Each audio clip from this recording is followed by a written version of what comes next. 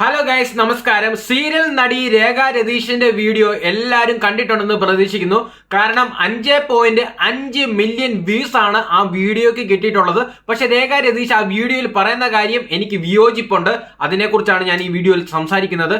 രേഖ രതീഷിനെ അറിയാത്തവർ ആരുമില്ല എന്നാണ് പ്രതീക്ഷ. കാരണം പരസ്പരം, ശ്രീധനം എന്നീ ഹൈലി റെക്കമെൻഡഡ് സീരിയൽ മലയാളം സീരിയലുകളാണ് രേഖ രതീഷിന്റെ കരിയറിൽ ഇന്നേ വരെ ഉള്ളത്. ഒരു വ്യക്തി എന്ന നിലയിൽ അവർ നേരിടുന്ന വിഷയങ്ങൾ നമുക്ക് എല്ലാവർക്കും മനസ്സിലാക്കാം. പക്ഷെ എല്ലാ യൂട്യൂബേഴ്സുമാരെയും അടച്ചാക്ഷേപിക്കുന്ന ആ പ്രസ്താവനയോടാണ് എനിക്ക് വിയോജിപ്പുള്ളത്. രേഖ രതീഷിന് മാനസികമായ സമ്മർദ്ദത്തിലാക്കിയ ആ വീഡിയോ ഞാൻ ഇവിടെ പ്ലേ ചെയ്യാം. കൂടാതെ ഇങ്ങനെയുള്ള ചില യൂട്യൂബേഴ്സ് കാരണം നല്ല കണ്ടന്റ് ഇടുന്നത് നമ്മുടെ നാട്ടിലെ സാമൂഹികമായിട്ടുള്ള വിഷയങ്ങളെ കുറിച്ച് എഗെയിൻസ്റ്റ് സംസാരിക്കുന്നവരായ നമ്മളെപ്പോലുള്ള യൂട്യൂബേഴ്സിനാണ് ഇത് ബാധിക്കുന്നത്. എന്നിരുന്നാലും ഇങ്ങനെയുള്ള ഈ വ്യാജ ഇങ്ങനെയൊക്കെ ഡീഫമേഷൻ ആയിട്ട് ഇങ്ങനെ വീഡിയോ ഇടുന്നവർക്കൊക്കെ തന്നെ ഇങ്ങനത്തെ പരാതികൾ ഏൽക്കട്ടെ, അതിനൊരു കുഴപ്പമില്ല. അതിനൊക്കെ നമ്മൾ സപ്പോർട്ട് ചെയ്യും. രേഖ രതീഷിനെ സമ്മർദ്ദത്തിലാക്കിയ ആ വീഡിയോ ഞാൻ ഇവിടെ പ്ലേ ചെയ്യാം. ഹർഷ, ഒരു മുഖ്യധാരാ മാധ്യമത്തിന്റെ ഒരു ന്യൂസ് കാർഡ് ഞാൻ വായിക്കാം. പുതിയൊരു ജീവിതത്തിലേക്കെന്ന് നടി രേഖ രതീഷ്. 5ാം വിവാഹം ആ നടനുമായി. 5ാം വിവാഹം എന്ന് പറയുന്നത് ഇങ്ങനെ ഹൈലൈറ്റ് ചെയ്ത് കൊടുത്തിട്ടുണ്ട്.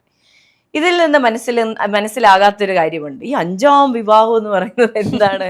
5 എന്ന് പറയുമ്പോൾ സ്വാഭാവികമായും 5ാം വിവാഹമോ എന്ന് ചോദിക്കുന്ന ഒരു നിലയിലേക്ക് കാര്യങ്ങൾ പോകും. എനിക്ക് തോന്നുന്നു ഇത് ഓരോരുത്തരുടെ പെർസ്പെക്റ്റീവിന്റെ ആയിരിക്കും. എനിക്ക് 5ാം വിവാഹം എന്ന് കേട്ടിട്ട് എനിക്ക് എങ്ങനെ അതിൽ പ്രത്യേകിച്ച് കഴിഞ്ഞതാണോ? എന്റെ വിവാഹം കഴിഞ്ഞിട്ടില്ലാത്തതുകൊണ്ടാണ് അങ്ങനെ ചിന്തിക്കുന്നത്. മനസ്സിലായോ?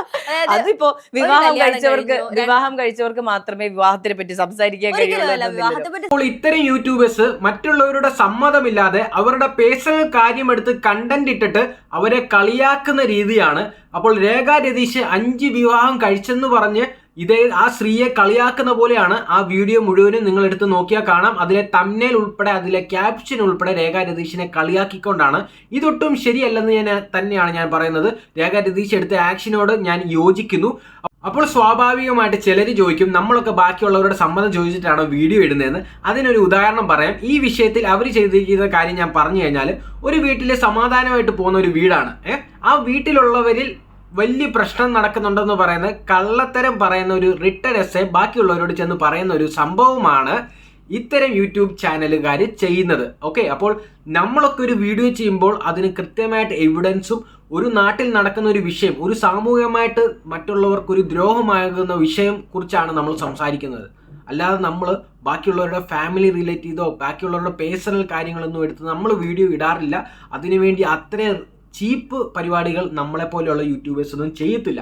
ഓക്കെ, അപ്പം നമ്മൾ എവിഡൻസ് ഉള്ളത്, നമ്മൾ അതിനുള്ള കളക്റ്റീവായിട്ടുള്ള ഇൻഫോർമേഷൻ കളക്ട് ചെയ്ത് കഴിഞ്ഞിട്ടേ നമ്മളൊരു വീഡിയോ ഇടത്തുള്ളൂ.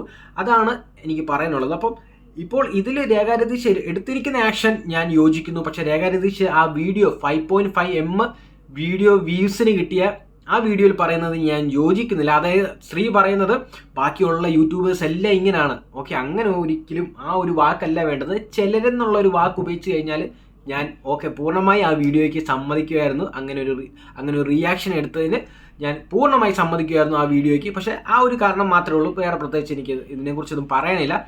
ഇത്രയേ ഉള്ളൂ guys. See you soon. Next ഒരു വീഡിയോ ഒട്ടനെ വരുന്നതായിരിക്കും. ബൈ.